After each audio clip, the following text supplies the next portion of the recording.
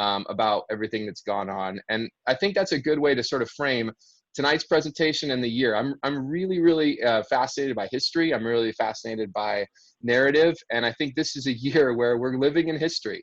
And so the question is, what story are we going to one day tell about this pandemic? I would invite you to do this exercise with your students as well. I think it's a good way to sort of set the tone for the year and think about how we're going to make the most out of this experience and the most out of what we're going to share together and strengthen this community together. So my prompt is, what story will you tell one day about this pandemic? Okay, today's agenda, we are going to go quickly through a lot of different guests, and I'll leave some time, I hope, at the end to take some questions. I know there's a bunch of stuff. Hopefully we'll cover some of those questions as we go through the day. The big picture of tonight is to give you a sense of what to expect in general terms over the next couple weeks, what to expect for the first day. I'm not going to go into the details. I'm not expecting people to take screenshots, but I want to introduce you to some people and some names that you want to keep your eyes out for emails that will have those kinds of details that you'll need to get everything ready to go and set for August 17th. We are pushing hard to make sure that every one of our students is logged on at 9 a.m. on Monday, August 17th, and ready to start school, just like we would be starting school together in the main building under normal circumstances. So thank you guys for being here. I know we've got some special guests. I want to acknowledge the folks that have joined us. We've got some leaders from the district. Dr. Jackie McAvoy, who is the Assistant Superintendent of Human Resources, is with us tonight. Our trustee, Alan Sarver, is here with us tonight. And our trustee, Chris Thompson, is here with us tonight. I'm really grateful that those folks have joined us. We would be, I think, nowhere without a strong, experienced board of trustees right now over the course of this difficult period. And I'm grateful especially to Mr. Sarver and Mr. Thompson, who I've known for many years and have seen me go through a lot of stuff, and I've seen them right by my side throughout everything. And I'm very grateful for their leadership and for them being here tonight. And likewise, Dr. McAvoy, who's with us. We may be joined later by Superintendent Streshley, and if so, I know she'd like to share some remarks too. We've been very grateful for, during these meetings throughout the district, the leadership making their presence known, to know that the support is there. I'm going to hand it over next to our student activities coordinator. He's got he is a well-known facilitator of trivia games, and he's got one waiting to start for him in about 15 minutes. He agreed to come in and talk a little bit about ninth grade orientation and a student activities overview. So Corey Uhalde, please take it away. You are up. Hey, Sean. So my world of student activities is basically all this stuff that complements the curricular things that go on campus. So when you think about traditionally what dances and rallies and blood drives and all that kind of stuff runs through our class. And so we're sort of scrambling in all this uncertainty, just like everyone is, to figure out what our world looks like. I met with our elected board members. Those are going to be kind of like the elected student leaders, the president and vice president and so on, of Sequoia early in the summer to talk about what were the most important things to us. What do we want our priorities to be? And so they kind of articulated that they thought that to sort of curate the climate of the campus and make sure that this feeling of community that's super important to us continues some way in this really face of all these challenges that we have. So they started that mission by saying, how do we welcome our incoming ninth graders? So a lot of the bandwidth that we put in this summer has been on how to welcome our newest class to Sequoia. In order to do so, we've created a virtual folder of resources. Those are going to be emailed out to all ninth graders, but they're also available online for anybody who wants to access them. Through there's a virtual walking tour of the campus. There's some really good video tutorials for students to navigate some of the tech that they're going to be asked to use by teachers. We think that's a good job. We have a welcome letter from our ASB president and a bunch of other stuff in there too. So that's one of the projects we've been working on. We also are having every one of our ASB students, ASB is our advanced leadership class. Every one of those students is going to take on essentially a team of ninth graders.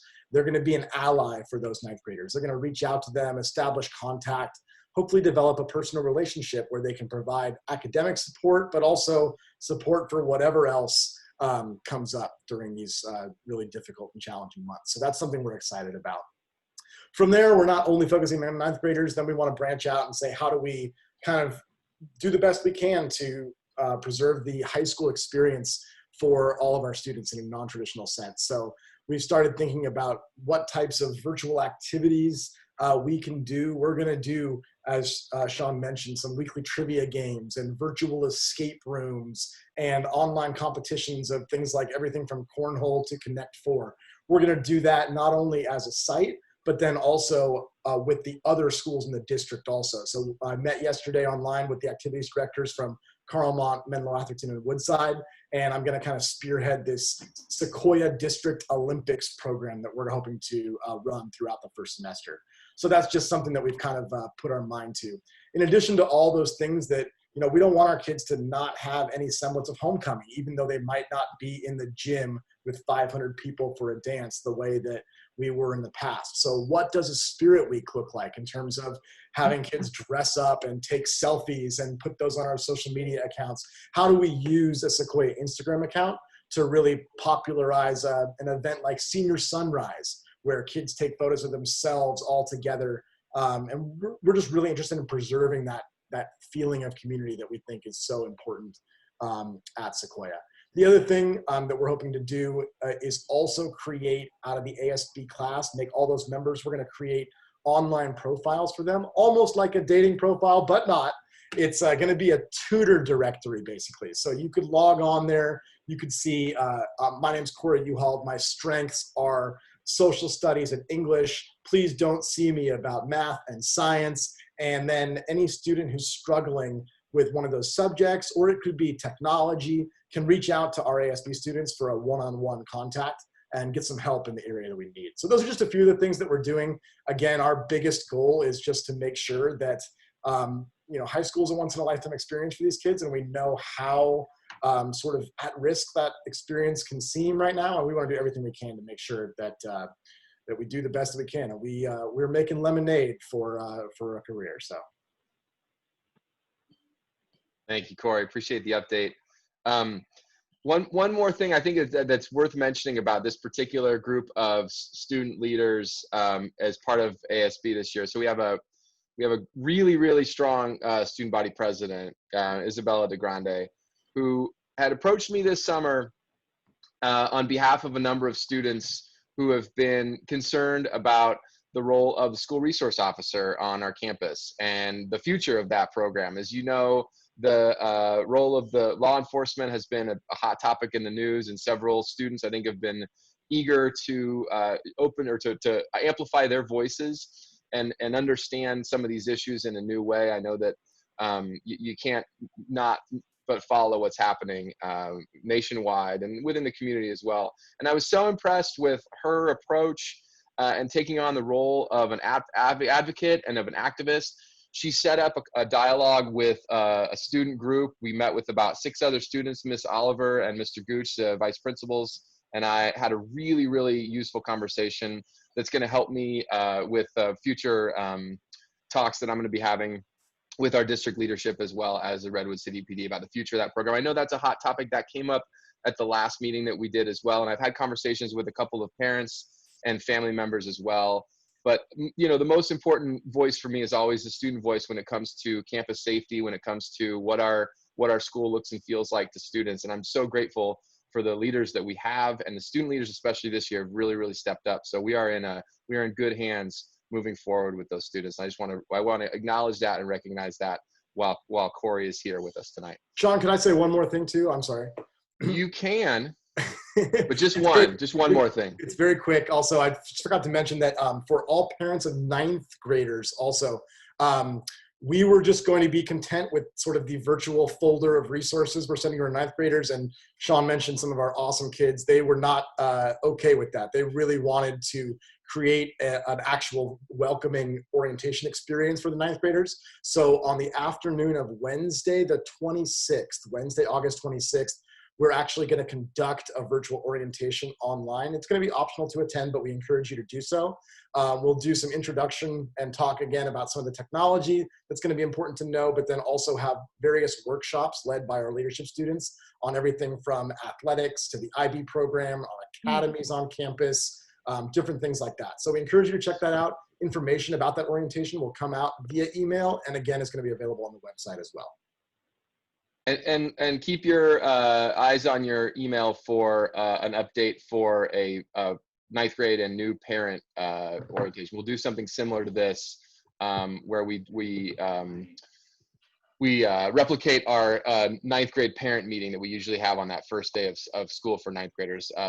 It will either be late next week or the following week, but coming up. I'm settling on a date right now. So eyes on email for that.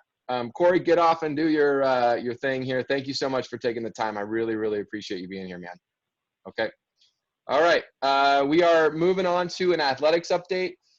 We last time, for those of you who are here, I did introduce Melissa before. She's our athletics director.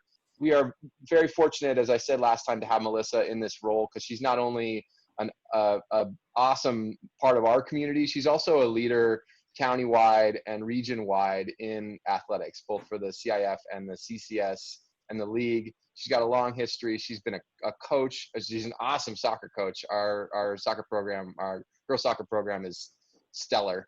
And she's also just a great person to work with. I really appreciate her as a leader, and we're really lucky to have her. So Melissa, take it away for a quick update about athletics for this year. All right. Yeah. Thanks, Sean. So the CIF, which is the governing board for athletics for the state of California, they have decided to push all high school sports competition into the second half of the year. It just became abundantly clear this summer that that actual competition wasn't going to be possible in the fall. So CIF put out a calendar, our section then adopted that calendar, and our league has also agreed to follow that. I have an article about it posted on seqsports.com, and it has all the information and all the dates. But essentially what they've done is we've shifted all of our fall sports to a December start date, so middle of December. Boys volleyball also got put in that season 1 category. Then everything else, so our winter and spring sports, have been shifted to start in either February or March. They're staggered a little bit. And those ones will end late May, early June. So it is going to be a much different year than what we are used to, because we're going to have a lot more sports going at one time than we've ever had before. I've already met with coaches. We've talked a lot about what this is going to look like. Our big thing is that we really want to make sure that we can provide the kids with a fun and safe athletic experience this year.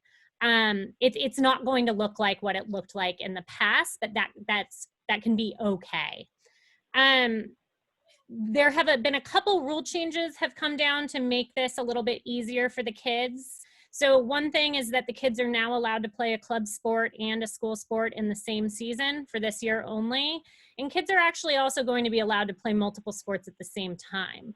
Now, what that's going to look like is still kind of in the works. But what we don't want right now is we don't want kids sitting there saying, oh gosh, I usually do this in this month and that in that season, and I really don't know what I'm gonna do. We're gonna figure it out. Coaches are already going through thinking about which kids they know might be in a tough spot, and we're really working on coming up with solutions for them. Again, we really just want them to have an experience this year, and we want it to be positive. We really want to give them that. We are planning to resume conditioning. So we were able to do small group conditioning over the summer. I was so completely impressed with how that went. The kids were amazing. They took all the precautions really seriously. Everything was super safe. And it was so nice to have kids back on our campus and out there working out. And with their coaches. It was, I would just go out there and hang out because I was really happy to be back on the field. So we're hoping to get that going again in the fall, and I'll be pushing out info about that. Once we get settled into the school year, I'm also going to hold a parent meeting that's athletics specific. I'll really dig into the details then. We can talk about some of the nitty gritties. We can talk about physicals and all those things, but we do have some time and to figure it out. And I'm seeing some questions about the conditioning. We are still working out the schedules for what that will look like.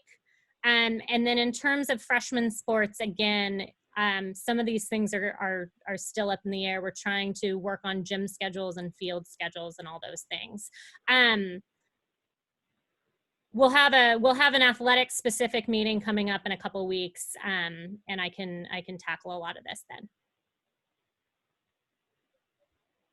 Thank you, Melissa. I appreciate it. And I felt the same way when I saw the small groups of kids out there doing the workouts. I know that's a big thing. And I echo your remarks about doing something is what matters right now.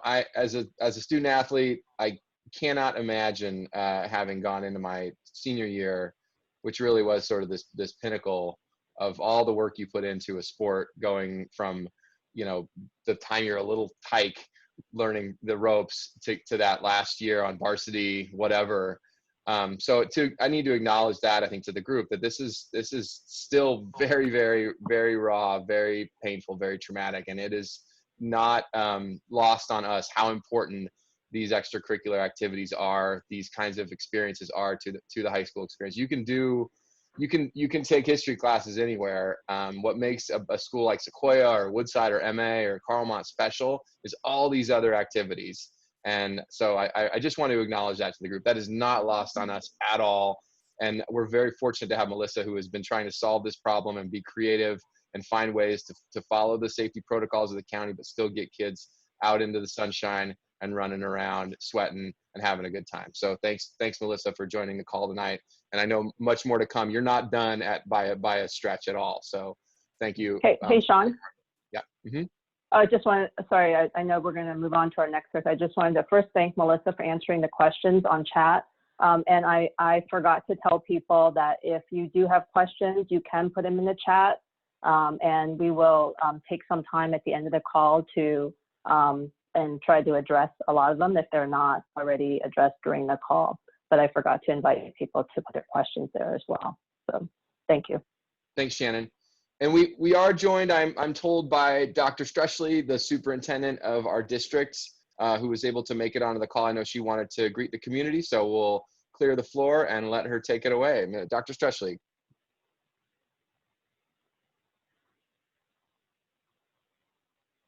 Thank you so much, Principal Priest. I wasn't quite sure. I'm sorry I was tardy to the beginning of the meeting, but I was very excited to hear about your athletics. Being a former athlete, I'm so excited that we might be able to get some of that conditioning going again this fall. It's looking good. So I first and foremost want to recognize the staff at Sequoia High School, all the work they've done to put together a tremendous program to get ready to open up. The leadership under Sean Priest is stellar, and their integrity and the way that they've put their passion and heart and soul into something that none of us really wanted to do, because this is not the way we look at educating our children in a way that we're disconnected. But hearing their information tonight, I'm anxious to also hear some of the work that they put together. But we have amazing confidence that this summer, that we kind of call the lost summer, because so many hours and hours went into this work from the teachers all the way up to the site administration. And so I'm participating right now just in full support of the staff, also to be available to represent the district and the governing board, although I think we do have a trustee on here, Alan Sarver, if there's any questions. But I do not want to take the floor longer than the great information, the most important information you're going to hear tonight from the staff. So I'm here listening in. If something pertains to us, I'm happy to answer any question. Otherwise, I'm a participant in awe of everything that Sequoia High School has to offer. Thank you. Okay, thanks, Dr. Streschley. We're going to keep cruising because I don't want to run out of time, and we've got so many good guests, including a surprise guest. I haven't told you about the surprise guest yet, and it wasn't Dr. Streschley. It is coming up. So our next speaker is going to be our administrative vice principal. We were just scratching our heads the other day trying to figure out how long Sophia and I have worked together. I think it's 11 years. So I have, trust in her. I trust her with my life, and I know what she stands for, and I know how hard she works and how much she cares about kids. So I'm happy to turn the floor over to her. She's going to talk tonight a little bit about the access and distribution of tech. So the reason why I wanted you to be able to see her name and put her face around is what I'm talking about. We're not going to get too much into nuts and bolts with this meeting because I don't want you guys worried about taking screenshots or frantically taking notes, but I want you to be able to put names with faces so that when you see an email from Sophia or you see an email from Gary, you'll know to open it up and read it. It's got important information and what that information is going to be about. So Sophia's going to talk a little bit about access and distribution of tech this year as we go online. The most important thing to me, there is no goal that has a higher priority than making sure that every one of our students has access to a computer that works and then high-speed internet that works to allow them to take advantage of all the stuff that our awesome teaching staff has been putting together over the summer to get ready for this year. So Sophia, take it away to talk a little bit about access and distribution of tech. Okay, awesome. Hi all, welcome. I see a lot of 9th grade parents already in the chat, so I'm very excited about that as the 9th and 10th grade administrator. And I did include just in the home link. Sean, I think you're on the freshman orientation. We probably want to be on the home page. So on the home page of our website, there is information about the technology pickup. That will happen. There was also an all call that went out. There'll be another one next week. So all 9th graders and new students can pick up tech from 10 to 1 on August 12th. There it is. Perfect. So that's, again, directly on the announcements on the home page. If you need to access that information later, it is there.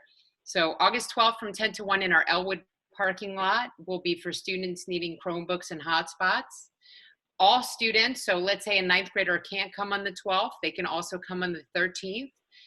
We have a list there by Alpha from 10 to 1 again, and that'll be all students needing tech. We did survey our students to get a feel for who might need tech, so we know approximately how many are coming. If you're thinking, oh my gosh, I don't know what survey you're talking about, I didn't complete it, that is okay. If you have a student or know of a student that needs technology, they are welcome with open arms on either of those days. We are not turning anyone away, survey or not. So really, really important that they pick it up to us. But we also understand, I've had parents tell me, well, we're out of town that week. We were really trying to get away to a campground before the first week of school. What now? I will be sending emails and announcements about additional tech pickup days in the first week of school from August 18th to August 20th. And that'll be from 12 to 3. So those students, as they finish their afternoon classes in the first week of school from 12 to 3 can come on campus and pick up technology. So there'll be more about that as well. I will update the pickup site at that point. So August 12th, 13th, 10 to 1 are our key days in the Elwood lot. That's the back parking lot, correct, by the baseball field. I see Allison Hyde made a comment there. So thanks all.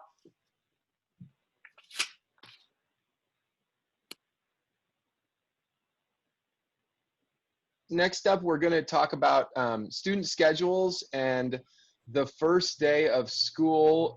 Where am I logging in? Where am I going? How do I know when my classes are? All those things that I know everybody's anxious about as we get to, what are we, 11 days, 10 days until August 17th.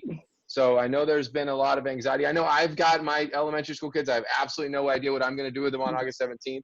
So we're hoping to calm some of those nerves with a quick presentation from our instructional vice principal, Kristin Stout, who has been tireless this summer and really going into last spring, fighting hard to make sure that we figure out a way for students to not lose any of, again, what makes a big high school like Sequoia special, which is the variety of courses that you can take, whether it's electives or arts or different science classes, different math classes. We've got a really, really cool program that we were able to run, academic program that we're able to run. We didn't want to sacrifice any of that, even though we're in different conditions. And a big part of the reason why we don't have to is because of how hard Kristin has worked and how well she understands this process of building a master schedule that's student-centered, that's driven by student need, but that is also able to deal within the confines of how many staff we have, how many classes we can, how big our classes can be, and all that. So it's a big puzzle that she puts together, and it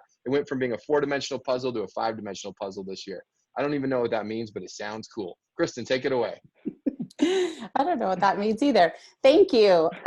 Yes, it's wonderful to see everyone here tonight. I see many teachers on this Zoom as well, who are also parents like me. So we're thinking in multiple directions now, right? As it is to be a teacher, and also parenting students and wondering what that's going to look like. So we are excited about several things. One is we have a bell schedule. We are so excited about that. We have a schedule for students to follow. And it actually has given us a little bit more flexibility with classes, which is great. If you've been at Sequoia for a few years, you know we have so many different course offerings and academies and IB and a great ELD program, and it's difficult to make everything work for teachers and for students. So because of the way our bell schedule works now, we actually have a 7th and a 0 period as part of the regular day. So that's actually opened things up for us a little bit. So some of you who would have singleton courses where you would have a conflict, we've actually been able to spread out the courses a little more and have that work for both teachers and students. So students will be Monday, Tuesday, Thursday, Friday, Zooming in to classes with their teachers and doing work. And you can see how the schedule is set. We decided to go with 9 to go, with our idea of a later start and still have enough time for some really good courses and time for instruction. And then Wednesday will be an asynchronous learning day. Students can follow this schedule as it's laid out. They can also decide, I'm going to work on a big English assignment Wednesday morning, right? They have some flexibility, but for some kids, if it helps them to think about how they want to structure their day and doing that work, they can do that. So what will students receive before school starts? So they will receive a schedule with their teachers and what they have first period all the way up, 0 in some cases through 7th period. Depending on how many classes they're taking, they'll see their teachers. And on that schedule will be the way to access the Zoom link for each class on Canvas. So we will have a message. This will be an electronic schedule going out. It'll have messages about how to access those classes on Zoom. So they'll go to Canvas. Instead of seeing a room number, they'll see a Zoom link so that they can get to each of their classes. So if I'm taking 6 classes, I go into Canvas and I will see 6 different Zoom links for each of my classes. For some of the incoming 9th graders, this is a new idea, and it's also new for many of our other students. The other thing I'm really, really excited about is our teachers, who many of whom have had very little time off this summer because they have been thinking and learning and collaborating and talking about what the learning will look like. And they are getting super creative with technology and with their courses. So we are working with them to figure out how students, if they need materials for an elective, or a performing arts class, what that's gonna look like. So we'll be communicating about that. And I'm just really impressed with how much creative thinking they've done around how to offer their courses. So I think you will be excited to see how they've organized their courses in Canvas, how they're using Zoom. It was nice to have a little practice last spring. I think people are going to be ready to offer some great instruction for the fall, as great as we can get without being face-to-face. Thank you, Kristin. Appreciate it. And again, part of the purpose of this meeting is to be able to put a face with a name. So when you get an email from Kristin Stout, you know it's important. Open it up. It's going to have to do with instruction, schedules, programming. Keep an eye. Remember that name, Kristin Stout, Sophia Olliver. Those are the two names. You've seen their faces. You've heard their voices. Open their emails and read them. All right. Next up, my special guest.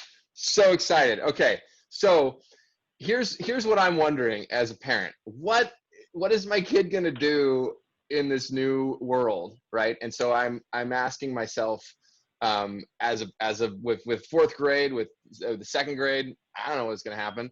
So I brought on a teacher who I know has been working really hard, who's also, by the way, one of our like stellar veteran teachers, someone who is a leader and an educator, someone who I enjoy working with tremendously. She is so good that a couple years ago, they at NDNU in the teacher program, they asked her to come teach new teachers, or I should say, student teachers, how to understand literacy better. So she's actually not only a teacher at Sequoia, she's also a teacher of teachers at NDNU. So I'm super excited that she agreed to join this meeting tonight. And I asked her, just tell us about what you're planning on doing the first day of school. And again, keep in mind, she hasn't started yet. She's still on vacation, and she's already got plans for the first day that she's been working on, by the way, with her curricular team. They've been meeting to discuss what kinds of things they can do. This is before we go into Monday, when our professional development for teachers report on Monday. She's already got the first day kind of sketched out, and I asked her to bring on, just briefly tell us a little bit so that everybody who's on this call can have a better understanding kind of what a day in school is going to look like, what the first day of school is going to look like. So Elisa, take it away. Thanks, John. Hi, everyone. I teach English, junior English, and one of our foundational reading intervention classes at Sequoia, and I recognize a lot of your names. I was also teaching Compass this past summer, so I'm glad to see some of you here tonight. I've talked to a lot of teachers over the last couple weeks, and I think the theme that keeps coming up in what we're planning to do for at least the first couple weeks of school is try to build community as best we can in these Zoom classes, and to help students with technology, especially for new ninth graders, and the myriad other tools that we've been learning. Some of us are using, some of us are just learning about. So what I personally am planning to do in my English 3 first day of school is to spend a little time introducing myself, show a slide with some photos as a template for an assignment that I'm going to have the students do on that first Wednesday. They'll work on their own kind of intro that they'll present to the class. And Zoom tips, how to understand the yes, no, questions. We will do a little icebreaker activity to get to know a little information about each other.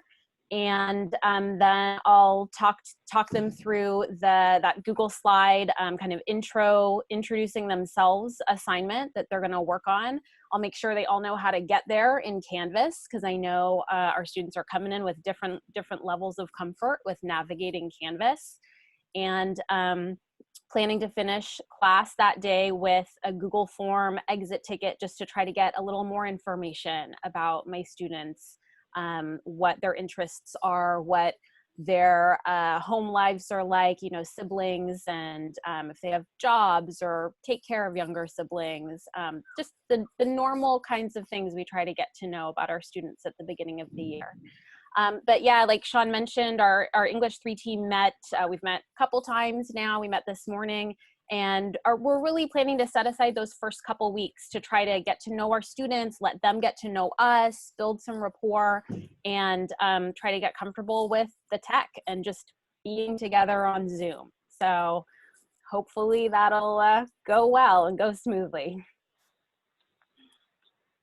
Thank you so much, Elisa. I appreciate you coming in tonight. And again, I think that it speaks to the warmth of this community that I was able to convince a teacher to come on 11 days in advance and talk about sketches of what she's thinking about doing, and she felt that it was safe to do that. I want to thank everybody who's here on this call for the confidence that you instill that this is a safe community. This is a place that teachers can take risks, because you can't do great things unless you feel safe and comfortable taking risks. And I know that our teachers feel the support from the community, and I want to acknowledge that while we're with the group. It's really, really important. And I'm appreciative of Elisa for putting herself out here like this tonight, obviously taking the time before the year even starts, but I'm also appreciative of those of you who are in the audience who make this a safe place to do so. A couple things I want to acknowledge. I've had some questions about textbook distribution and 504, or I'm sorry, special education and 504. Communication about special education, we talked about this today in a district management meeting, is forthcoming. So there's going to be a pretty extensive communication from the district about special education specific questions coming soon, probably within the next few days. With regards to textbook distributions, typically we distribute textbooks after the school year starts. So what we're doing right now is we're figuring out which textbooks are digital and which textbooks aren't digital. We're figuring out which teachers definitely need their kids to have textbooks. We'll know more about that when the teachers actually report for work on Monday. And then we'll have a textbook distribution plan that we'll communicate out over the first couple weeks of school. So again, part of the reason why I wanted everybody to put a name and a face, or a name and a voice to a face and a voice to a name tonight, is because that's the kind of email that you might get from Sophia, Gary, or Kristin. Okay, so we're going to go on to our next presenter. Thank you guys for being patient. So we are, as you know, from the last meeting that we had, we've gone from, we're amping up for possible hybrid to now we're looking at distance learning. Nonetheless, there will be some instances where people might need to be on campus. So I wanted to give Gary Gooch a chance to talk a little bit about what safety protocols we've put in place under county health orders at Sequoia, what the expectations are, and of course, this is a way for you to get to know, again, Gary, a face, a name, an email, and a voice, by the way. Mr. Gooch's voice is legend. And if you are thinking about, like, you know, these things, if we do ramp into more students allowed, more people allowed on campus, these kinds of protocols are something that you'll want to be confident about that we're taking care of at Sequoia. So I wanted to have Gary just have a quick minute to talk about some of those safety protocols on our campus and with our facilities. So Mr. Gooch, take it away. Thanks, Sean. Hello, everyone. So the good news is we've been spending the entire summer preparing to have students on campus. So we put all the put a plan in place to make sure that students and staff are going to be safe when they do eventually come back to campus. We are following the San Mateo County protocols, and as well as the California Department of Public Health protocols for reopening schools. There's a lot, all the steps that we've taken, it would take too long to talk about all of them. So I'm going to push out some more information to parents next week, so you'll know kind of what exactly is expected if your student does need to come onto campus to access Wi-Fi. And we're going to continue to make improvements to the plan that we already have, so when students do come back, we can ensure their safety. Some of the things we are doing is that we have created a plan to determine ways which students can move around campus in a way that they're not, getting too close to each other, or that they can access bathrooms or food or water or things like that, where they don't have to be in large groups. That's some of the things we're doing. We're going to have personal protective equipment that we can provide for students who do not have it. We've got signage all over campus. We've got increased hand washing ability and hand sanitizing ability. So we're going to have a lot of products on campus to make sure that students can use those if they need to be safe. So those are some of the things that we're doing. And as I said, I will be pushing out more information next week, kind of some of the specific steps that we're taking and things that we're going to require students to do when they are on campus. Again, we won't be having large groups initially, but we are ready to accept students that need Wi-Fi access currently. That's about it. Thank you, Mr. Gooch. Appreciate you coming on tonight. Thank you. I'm going to talk just briefly about performing arts. Again, kind of like athletics, performing arts is one of the things that make the high school experience special for a lot of kids. I mean, we hear story after story about kids whose lives were changed by being able to perform, and they overcame whatever obstacles and grew as people and built their character around getting on stage and performing and mastering a skill, whether it's a musical instrument or vocal lesson or whatever. We've got a graffiti artist. Okay. That's a new one for me sometimes. Okay. So I did have a chance to meet with our performing arts teachers this week. And, what we all agree on is that last spring, the things that I think brought our community together as much as anything were things like the drama club's performance, the video that our musicians did. Those are huge experiences, and they not only, I think, impact the kids who participate in them, but it brings everybody together, whether it's parents, teachers, or other students, to see their peers or their children or their children's friends or their students perform in that new way. It really reminds us that we are a community. So we're going to be looking for all kinds of opportunities to get out in front of performance.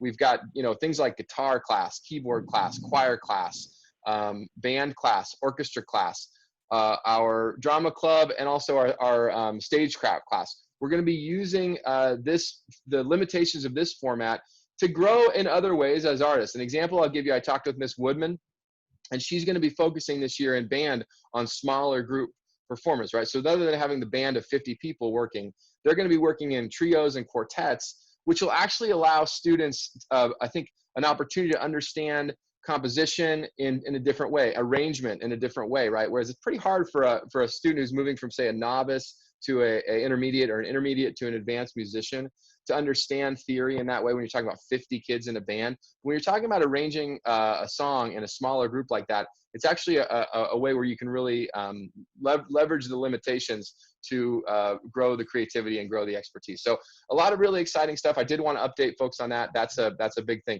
I also want to, for this class, or for this group here, so that for those of you whose students are going into visual arts classes, I have, and I'm again, to talk about the safe space, I have not done a good job this summer of communicating with our visual arts teachers as well as I should have. And we will not have this like supply bags ready on day one for students. We're working towards getting students the things they need.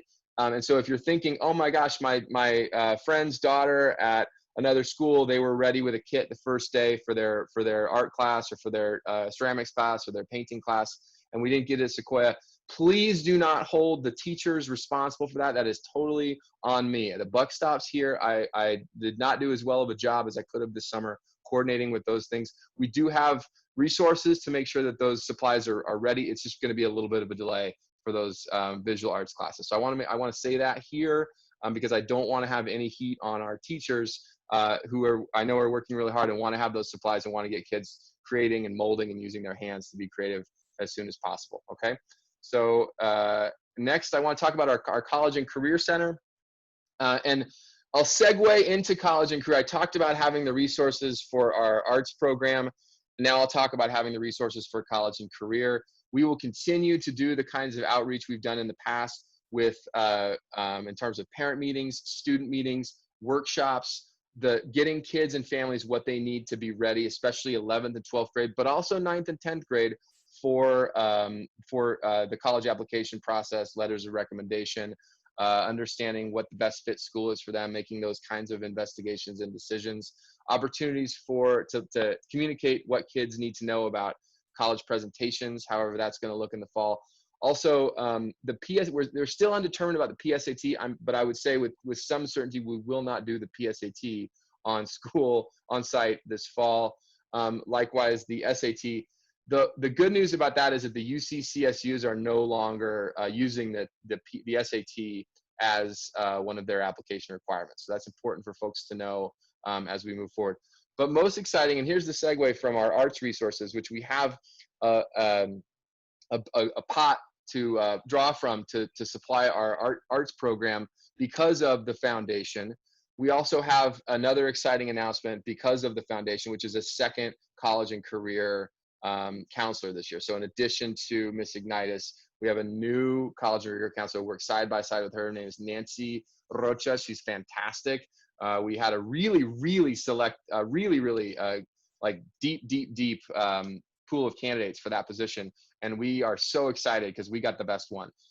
She's fantastic. She's got not only a background in some college and career stuff, but she's also got a background in some of the aspects of like wellness and social emotional well-being that she's drawn on and will, I think, draw on in this role as college and career counselor, because it's a stressful thing for students and for family. You need to have that lens as you work with kids. So 2 college and career counselors at Sequoia this year, which is great, and which is only possible because our foundation, the Sequoia High School Ed Foundation, last year we set our most ambitious goal ever, and we exceeded it in a year when we weren't even in school for the last 3 months or 2 months or whatever. And so I cannot express deep enough gratitude to the folks who are on this call and not on this call who made that possible. The generosity of this community year after year after year astounds me. I'm so grateful for all of you who helped make that happen, both in terms of your generosity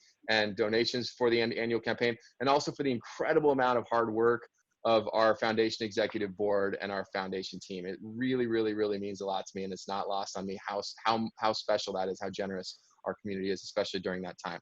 So exciting news in the areas of college and career counselors, and especially for our foundation.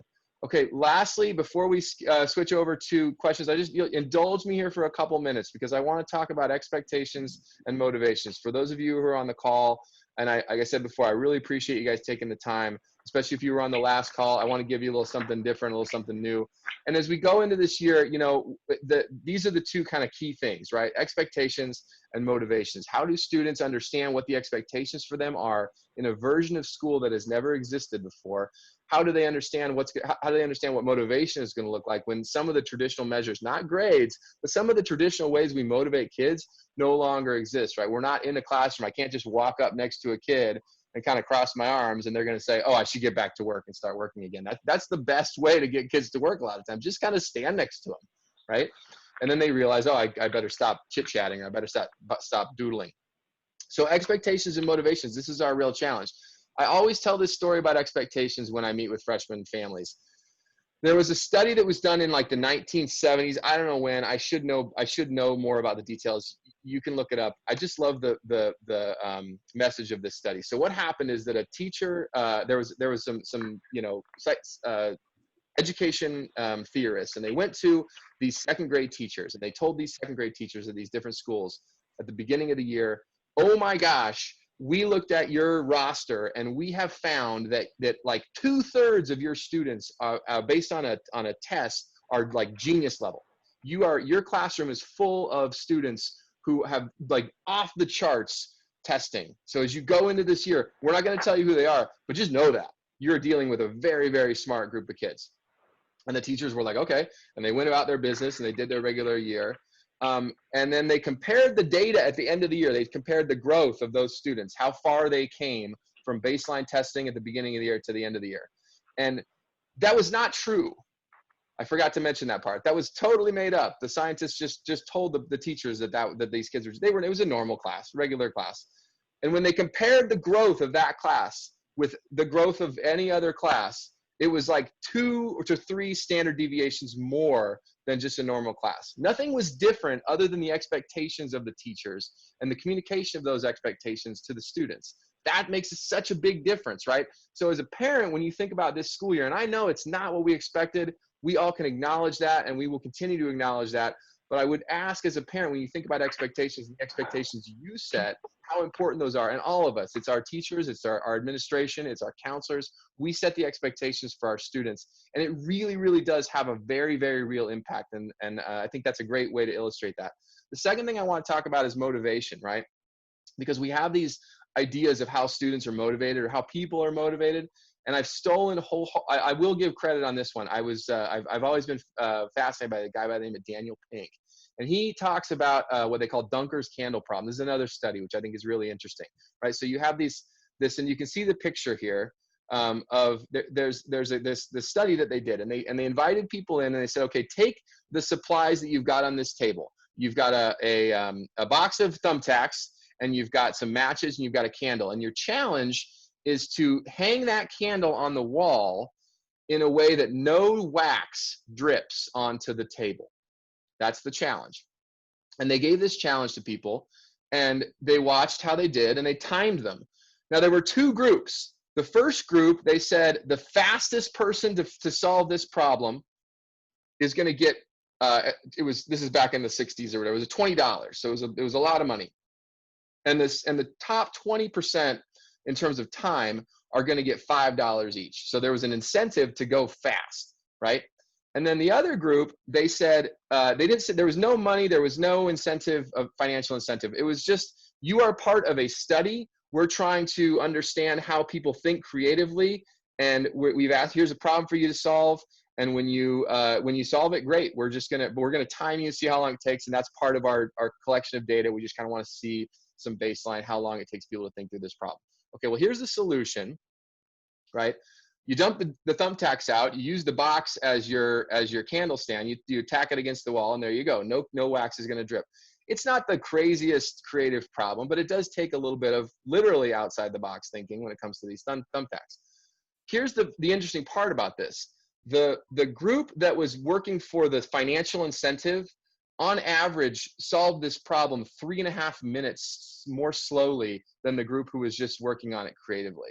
Okay, so sometimes the incentives that we think matter aren't actually the incentives that matter, and that was kind of sort of the takeaway from Dunker's candle problem. So again, the point here, just to illustrate, we're talking about expectations and we're talking about incentives.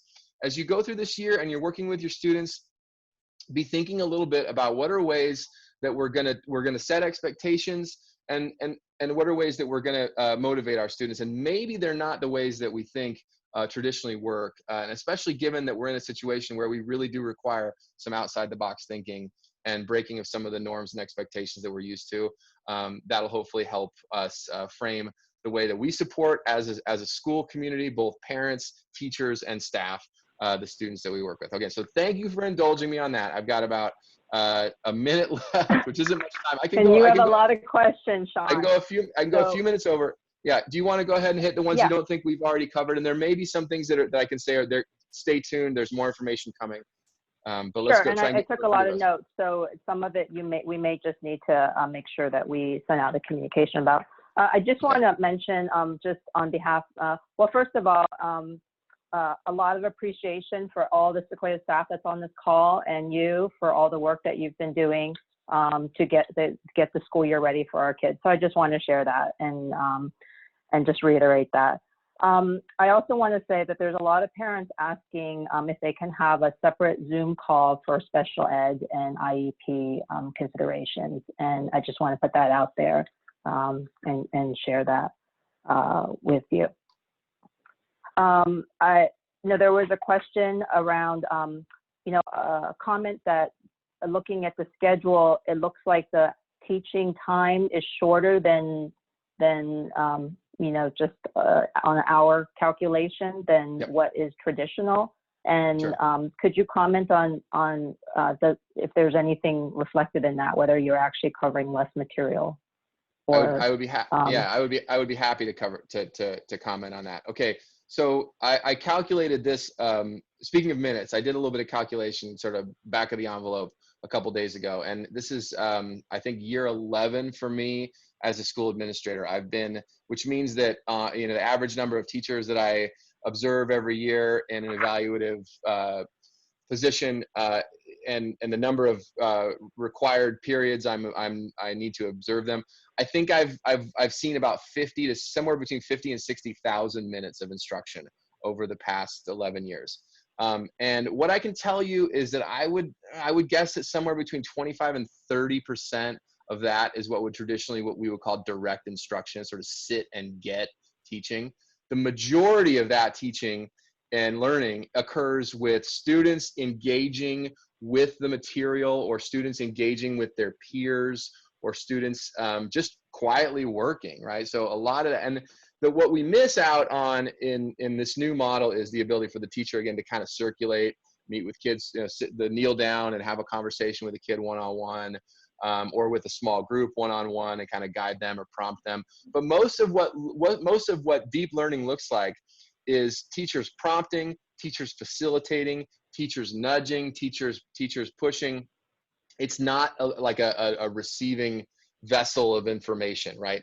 So when we think about the number of minutes versus in distance learning versus the number of minutes in our traditional classroom, yeah, I don't think it's going to be like healthy for a kid to have to imitate the number of minutes they have, and with the idea that every instructional minute is a kid sitting there with their brain open, having knowledge poured into it, when they're not going to have time to pour as much knowledge into it.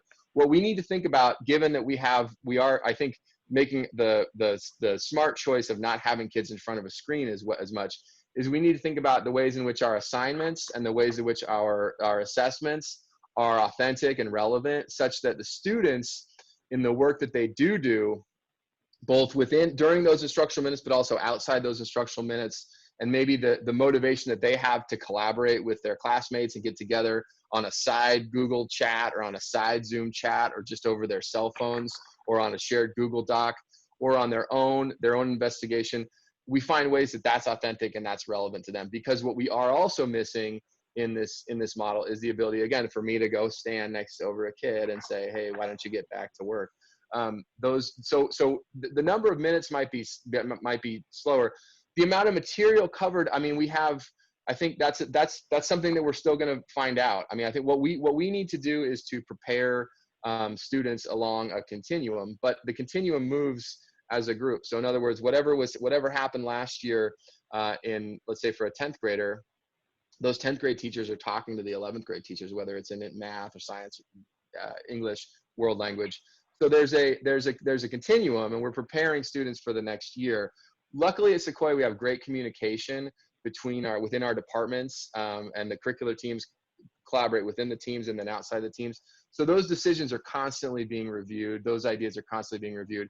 Are kids going to be prepared to be successful in college? I have great confidence that yes, they will, especially given that everybody in this country is in the same situation.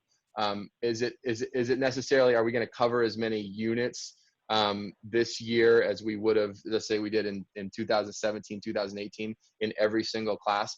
I don't know, but you know what? I trust our teachers and I trust our teacher leaders, our department chairs, our instructional vice principal, all the people that are going to be talking about these decisions that are going to have to be made as we go along. I trust them to make sure that the kids get the most essential things and are prepared to be successful. So it's a great question. Again, minute to minute, do we match up? No, but there's a lot of things we don't match up with exactly. Thank you, Sean. And then I think another question, different perspective on that question was someone had asked, staring at a Zoom screen, paraphrasing in my way, I guess, is it may not be the healthiest. How can you comment about what's deliberate about building in kind of non-technology based, non-online learning? So this is my ninth. This is my ninth hour staring into a Zoom screen today. So, but I'm not going to take that as a comment on my appearance right now. Yeah, I agree with you, and I think it's a conversation that a lot of us have had. I'm really encouraged by the way, and we talked about this a little bit. My last special guest, for those of you who were here last time, was my wife, who does professional development and curriculum for the district, and she presented the domains in which we're doing the professional development. A lot of it designed, again, by our district teacher coaches with a ton of input from some of our teachers at Sequoia and some of the best of the best from around the other sites. Very, very thoughtfully curated series of professional development over the next 4 days. And I think touching on that topic with a lot of intelligence and insight, this idea of, what matters is authenticity, what matters is relevance, what matters is rigor. What doesn't matter necessarily or as much is the amount of time a kid is staring into a screen. Now, you do need to interact with another human. I think you do need to know that your teacher cares about you and that your classmates and that you're a part of a community, to be, in many cases, motivated to put yourself out there and to feel safe about taking risks and being vulnerable, which is what learning is all about. But I would say that, yeah, that we're very mindful of, we don't just want to have kids sitting in front of a Zoom class. And that's not what the school day is going to look like. I think in many cases, you'll kick off the class with some sort of interactive thing so that you're with other people, you're seeing your teacher, you're hearing from your teacher, and then maybe you break and do some small group stuff, or you break and do some activities, some writing prompts, and then maybe you come back and wrap it up at the end of the day. And which again, would be similar to what a class would look like in real life. IRL. Somebody taught me to say IRL. Thank you, Sean. You know, we are actually running over, and we do have the Spanish language Zoom in about 20 minutes, but I just want to cover a couple kind of logistical questions. Maybe these are quick ones, I suppose. How do you, and I will not go more than 2 minutes.